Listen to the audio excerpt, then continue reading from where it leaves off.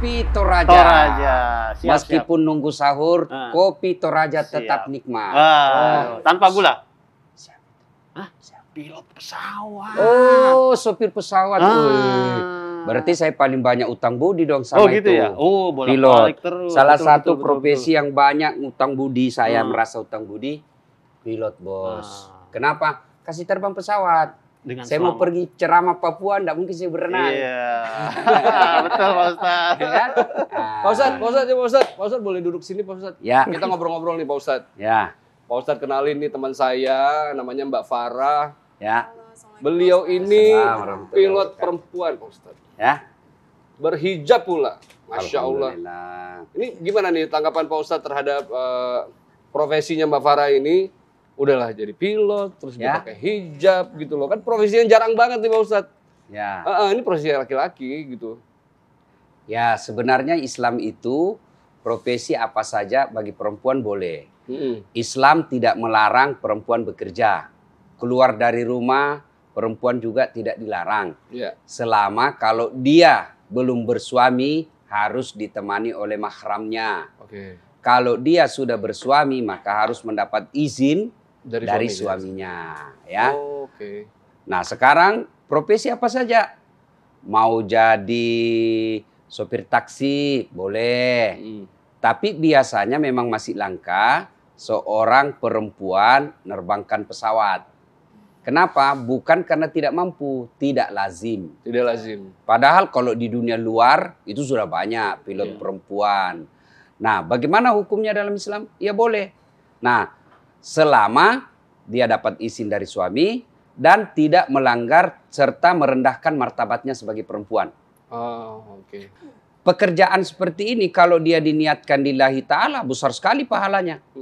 Kok bisa? Berapa banyak orang yang terselesaikan masalahnya karena kehadiran pilot. Pesawat sudah ada, pramugari sudah siap, lapangan terbang sudah ada, aptur sudah ready, semua sudah siap. Pilotnya tidak datang. Mau naik pesawat pilot cadangan. Hei, Ustaz, kau naik kasih jalan ini pesawat. Tidak mungkin, Kak? Nah, itu jasanya. Tinggallah bagaimana supaya menerbangkan manusia itu, menerbangkan penumpang menjadi pahala. Gimana caranya? Ya, bukan sekedar niat mencari muka sama perusahaan, bukan sekedar mencari duit dari perusahaan, tapi mencari ridha dari Allah. Masya Allah. Mbak Farah, ini aku mau nanya, kenapa sih pemicunya Mbak Farah untuk menjadi seorang pilot itu apa? Soalnya saya dulu Pak Ustadz, saya dulu mau jadi pilot, tapi nggak boleh karena anak tunggal. Gitu. Nah ini saya pengen tahu nih dari Mbak Farah nih, pemicunya apa sih? Kebetulan kedua orang tuaku juga di dunia penerbangan, tapi beliau memang bukan pilot.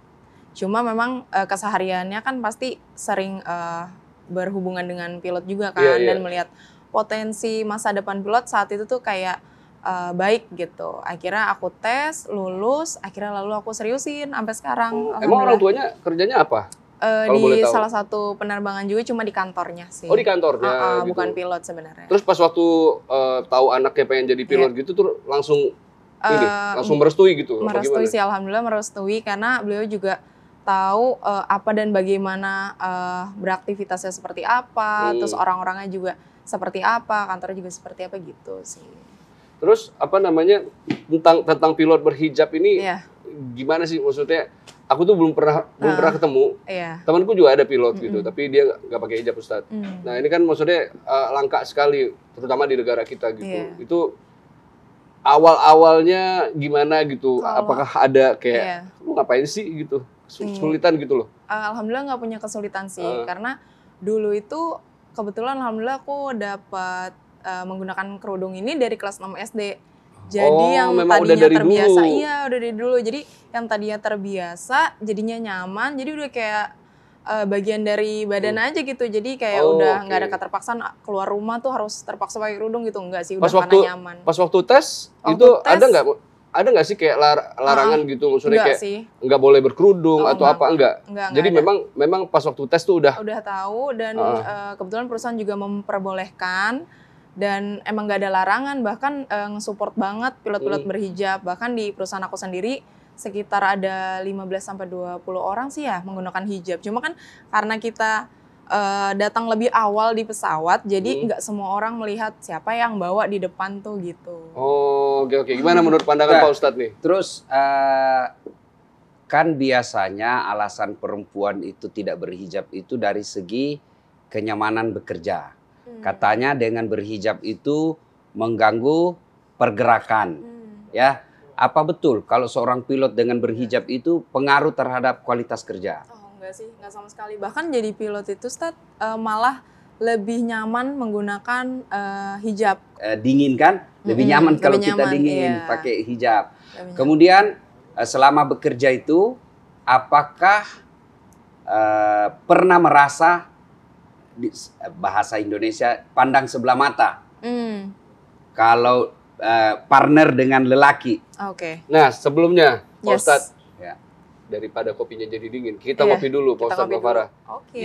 Cobain Pak Ustadz kopinya Pak Ustadz. Nih Fauzi luar biasa nih kopinya.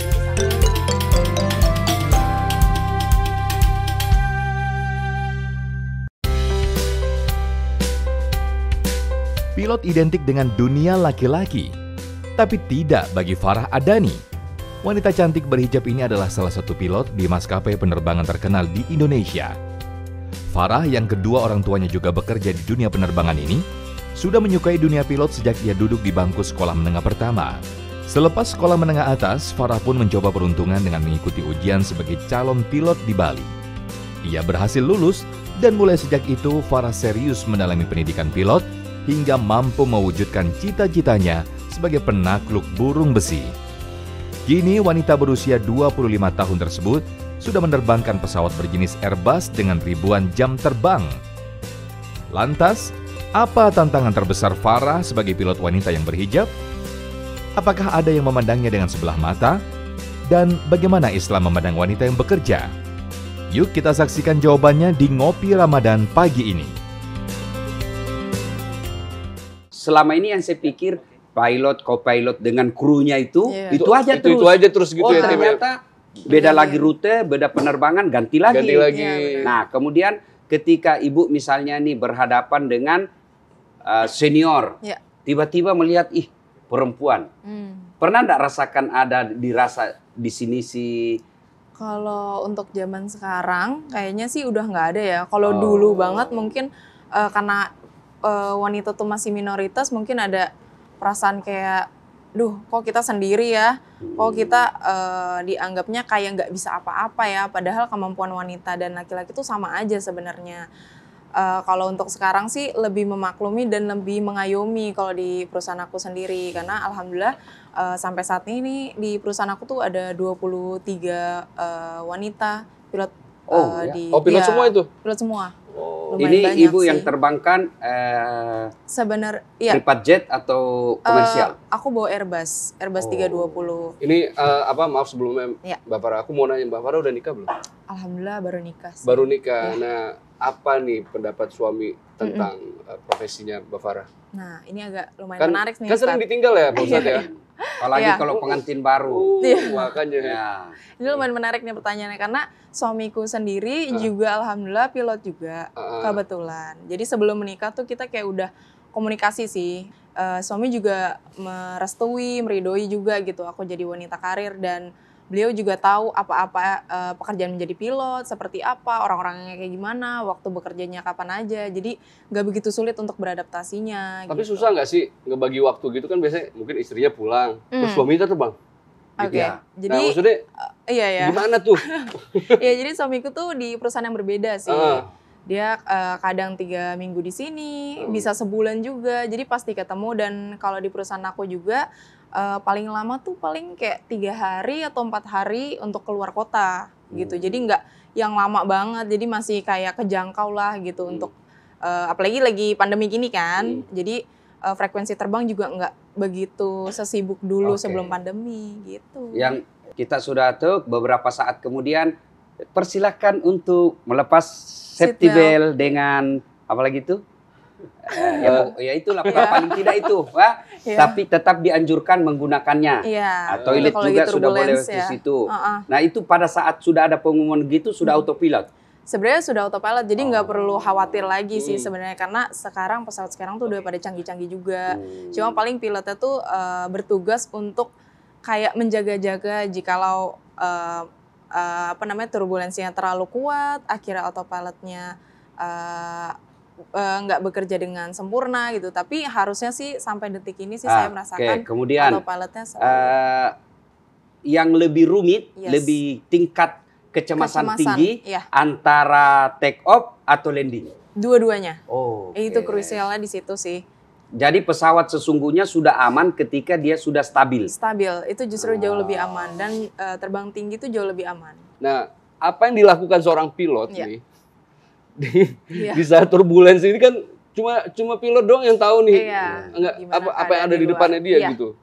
Jadi kita sebagai manusia sih wajar lah ya untuk cemas itu, cuma kadang tuh kita kesampingkan gitu rasa cemasnya, karena kan kita dipercayakan oleh para penumpang untuk bisa membawakan pesawat ini. Jadi rasa tingkat kepercayaan dirinya tuh harus ada gitu timbul. Jadi saat turbulensi itu kita tetap sama-sama berdoa, sama-sama ada rasa takut, tapi harus tetap fokus, harus tetap karena kan pesawat itu nggak bisa mundur ya, jadi jalan terus. Jadi kita harus berpikir tuh one step ahead terus gitu sih. Pak Ustadz, ini kan tanggung jawabnya ini besar sekali ya gitu. Maksudnya kalau kita lihat dari dalam pandangan Islam tuh gimana sih gitu kan, ngebawa orang banyak sekali dan pilot itu sebenarnya kalau bahasa agamanya khalifah, pemimpin.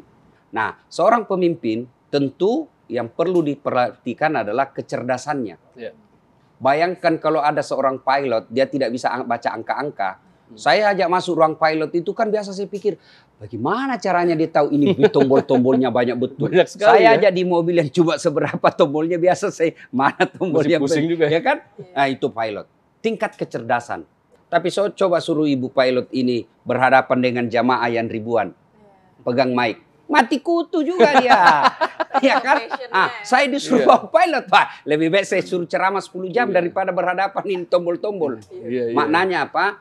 Anda tidak boleh sombong dengan ilmu yang kamu miliki. Karena semua itu pasti ada batasnya. Ibu ini ahli di bidang penerbangan, nerbangkan pesawat. Tapi siapa sesungguhnya yang lebih hebat? Ya, yang menciptakan pesawat. Bukan juga. Yang lebih hebat adalah yang menciptakan semuanya. Akal kita. Nah, itulah sebabnya doa itu ketika terbang itu, salah satu redaksi bahasa Indonesianya, Maha Suci Allah yang telah menaklukkan, ibarat bahasa gampangnya, yang telah menaklukkan besi ini, bisa terbang. Kalau Allah tidak taklukkan, tidak mungkin. Saya biasa lihat, bisa terbang. Coba bayangkan, besi terbang, bos. Besi, tidak masuk di akal. Bukan cuma besi, ada lagi penumpangnya di dalam, 400-an orang. Belum lagi dengan bagasinya. Ada di sini, ada di sini. Tentunya kan sudah ada di belakangnya satu. Ada juga anaknya. Ada yang menarik ketika saya di atas pesawat. Akhirnya jadi bahan ceramah saya. Nah, apa itu? Kita lanjutkan setelah kita ngopi. Silakan diminum.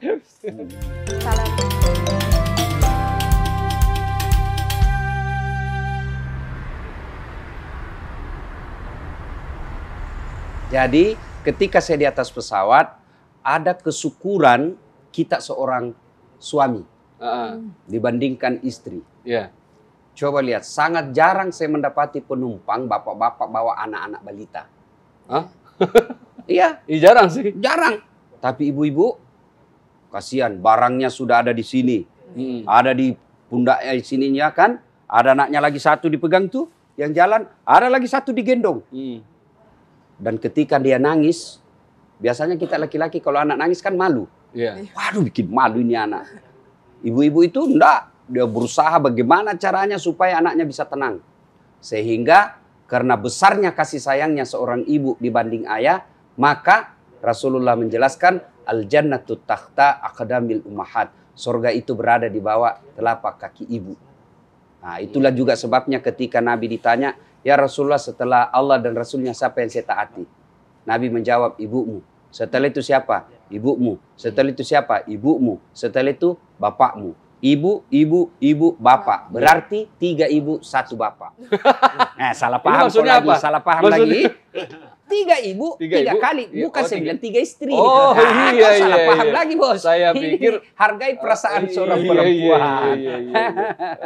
Ya. Oke, Ji, tanya Ji. Siap. Wah, ini jadi kepo nih. Ah, Kan nggak umum lah gitu ya Iya. kalau pilot perempuan. Nah ini waktu pendaftaran itu ada persyaratan khusus nggak pilot laki-laki dan perempuan? Ada perbedaan persyaratannya. Perbedaan. Nah terus dari sisi apa ya salary lah gitu antara pilot laki-laki dan perempuan itu apakah sama atau ada perbedaan gitu Mbak?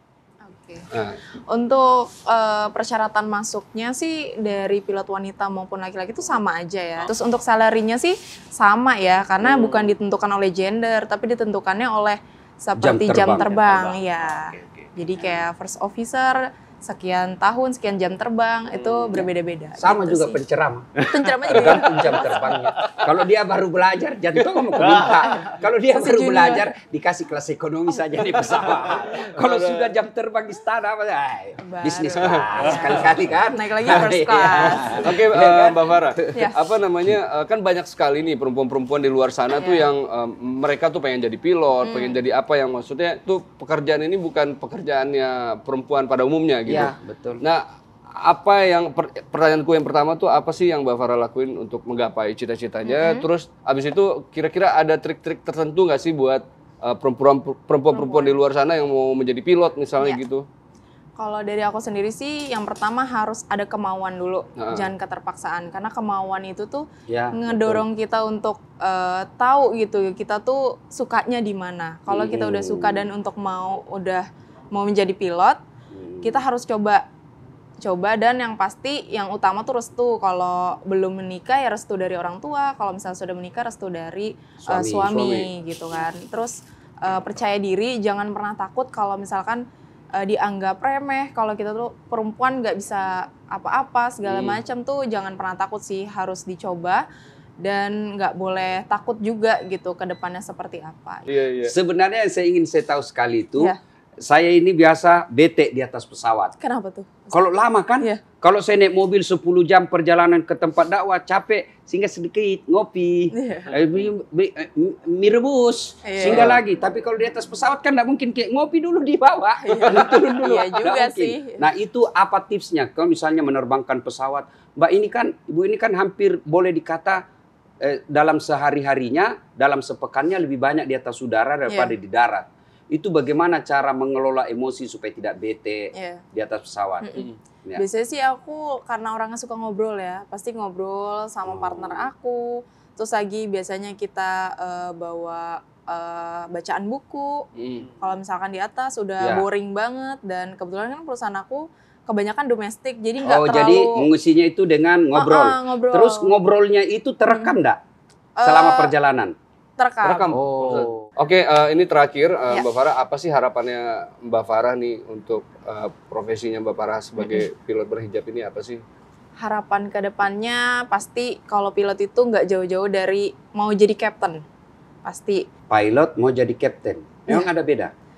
Beda. Kalau captain itu semua tanggung jawab tuh kan pasti ke captainnya kan. Karena kalau first officer itu masih apa ya? Bukan first in command di suatu penerbangan itu. Oh, yang di kiri itulah Kiri yang itu bahasa gampangnya. lebih senior lah, lebih Dia jam terbangnya lebih. sopir utama. Iya, sopir utamanya itu beliau. Ini yang sebelah kanan kernet. Karena Kan? dia bisa Iya, seperti supaya lebih gampang Iya, kan. iya. Oke, Mbak Farah, Ustadz, terima kasih banyak kehadirannya di makasih. Ngopi. Dan Pak Ustadz, terima kasih Terima sharingnya kasih. dan berbagi ilmu. makasih, Tapi Pak Ustadz. Pak Ustadz, besok harus hadir lagi. Ya, terima kasih.